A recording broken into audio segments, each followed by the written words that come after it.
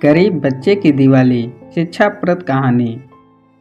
दीपावली का पर्व नज़दीक आ रहा था और स्कूल में सभी बच्चों के मन में मानो खुशियों के पंख लग गए थे और वे तमाम तरीके से रोज नए पटाखों की लिस्ट बनाते और फिर अचानक दूसरे पटाखे याद आ जाते तो पहली लिस्ट को फाड़कर चारों ओर उड़ा देते। कोई अपने लिए नए कपड़े खरीदने का सोच रहा था तो किसी ने साल भर बचत करके पटाखे खरीदने का सपना देख रहा था। किसी किसी का तो ये हाल था कि दिन रात पटाखों के बारे में सोचते रहने के कारण उसे सपने में भी रंग बिरंगी फुलझड़ियाँ और आतिशबाजियाँ दिखाई देती थी। आज सभी बच्चे बहुत खुश थे क्योंकि दिवाली की छुट्टियाँ शुरू होने जा रही थी।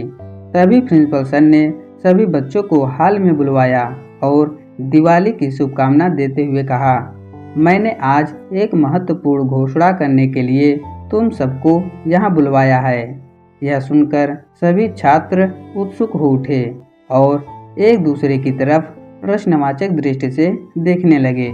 छात्रों की उत्सुकता देखकर प्रिंसिपल सर मुस्कुराकर बोले, जो भी छात्र सबसे शानदार और धूमधाम तरीके से दीपावली का पर्व मनाएगा उसे विद्यालय की तरफ से 5,000 रुपये का इनाम दिया जाएगा। इतने रुपयों की बात सुनकर तो मानो छात्रों का उत्साह 1000 गुना बढ़ गया और वे खुशी से ऐसे झूम उठे मानो उनके हाथ में 5,000 रुपये आ ही गए हो। वे आपस में अपनी तैयारियों के बारे में बात करते हुए और एक दूसरे को दीपावली की बधाइयाँ देते हुए स्कूल से घर जाने के लिए दौड़ पड़े। सबसे बेहतर करने की होड़ में बच्चों ने जोरों शोरों से नए नए तरीकों को अपनाकर अपनी कमर कस ली थी। झिलमिल करने वाली झालरें घरों को मुंडेरों की शोभा में चार चांद लगाने लगी। नीली, लाल, हरी, पीली और भी न जाने कितने रंगों की मेल की रंगोली उनके घरों के आगे सजकर एक नई आभा बिखेरने लगी, मानो आसमान से उतरकर इंद्रधनुष धरती पर आ गया हो। जिस दिन दिवाली थी उस दिन प्रिंसिपल सर शाम को अपने घर के आसपास के बच्चों के घरों की तैयारियां देखने निकल पड़े। बच्चों ने सच में इनाम पाने की लालच में जी जा लगा दी थी और सभी ने बहुत मेहनत की थी। किसी के घर में रंगीन सितारा ऐसे नाच रहा था मानो वो आकाश में टिमटिमाते हुए तारों को मात दे रहा हो, तो किसी के घर की छत पर छोटे छोटे जगमगाते बल्बों से बनी झालर मन को बरबस ही मोह ले रही थी। खूबसूरत मिट्टी के दियों की कतार का तो कोई जवाब ही नहीं था। जिन घरों की सजावट उनको बहुत पसंद आ रही थी उन बच्चों के नाम वह एक सूची में लिखते जा रहे थे। तभी उसकी नज़र एक बहुत ही छोटे और साधारण से मकान पर पड़ी जिसमें रंग रोगन तो दूर की बात, दरवाजे के बाहर एक दिया तक नहीं जल रहा था। उत्सुकतावश वह उस घर की ओर चल पड़े। पास जाने पर उन्होंने देखा कि कमरे के अंदर से दिए की मध्यम रोशनी का प्रकाश आ रहा था।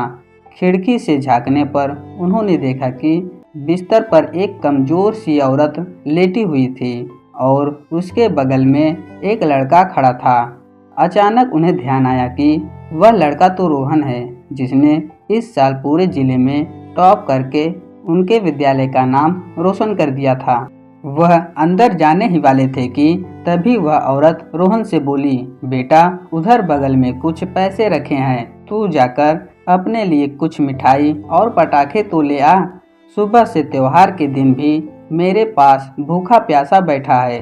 प्रिंसिपल सर ने सोचा जब रोहन पटाखे लेने निकलेगा तो वह भी उसे कुछ पैसे दे देंगे, पर तभी रोहन बोला, नहीं माँ, उन पैसों से मैं तुम्हारे लिए दवा और फल लाऊंगा ताकि तुम जल्दी से अच्छी हो जाओ।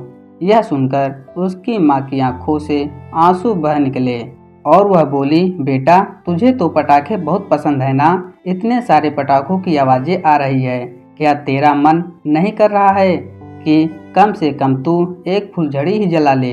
रोहन यह सुनकर अपनी माँ के आंसू पोंछते हुए रूंधे गले से बोला, तुम जल्दी से अच्छी हो जाओ माँ, हम लोग अगले साल साथ साथ पटाखे फोड़ेंगे। उसकी माँ ने खींचकर उसे अपने गले से लगा लिया और फूट फूट कर रोने लगी। यह देखकर प्रिंसिपल सर सन्न रह गए। उस अंधेरे कमरे की रोशनी ने उनके मन में एक ऐसा उजाला भर दिया था जिसकी चमक के आगे सारे शहर की रोशनी फीकी पड़ गई थी। वह अंदर जाकर रोहन से बात करना चाहते थे, उसे सांत्वना देना चाहते थे, पर बार बार उनका गला भर आता था। इसलिए वह चुपचाप अपने आंसू पोंछते हुए वहां से चले गए।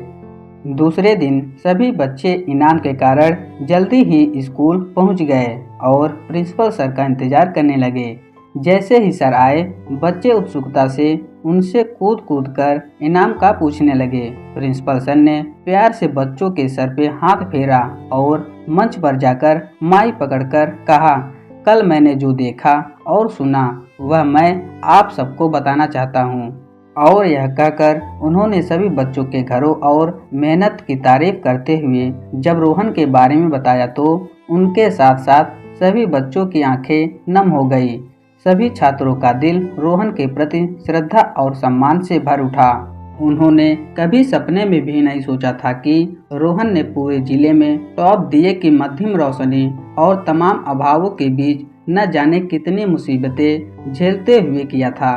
उसके माँ के प्रति असीम प्रेम ने सबको आज निरुत्तर कर दिया। उन्हें एहसास हुआ कि वो अपने मम्मी पापा के बहुत महंगे कपड़े और पटाखे खरीदने के बाद भी कभी खुश नहीं होते, बल्कि उन्हें पूरे साल कहते हैं कि उन्हें दिवाली में तो खास मजा ही नहीं आया था। प्रिंसिपल सर ने रूंधे हुए गले से पूछा, बच्चों अब यह फैसला मैं तुम सब पर छोड़ता हूँ कि इस इनाम का असली हकदार कौन है। सभी छात्र एक स्वर में जोर से चिल्लाए, रोहन। और फिर वे सब एक कोने में खड़े खुशी के मारे रोहन को उठाकर मंच की ओर ले चले, जहां पर प्रिंसिपल सर ताली बजाकर उसे गले लगाने के लिए खड़े थे। और अब बच्चों को भी घर जाने को जल्दी थी, क्योंकि आज उन्हें अपने मम्मी पापा से माफ़ी भी मांगनी थी। और वह दिवाली रोहन के साथ साथ सभी के जीवन में बहुत खुशियाँ लेकर आई थी।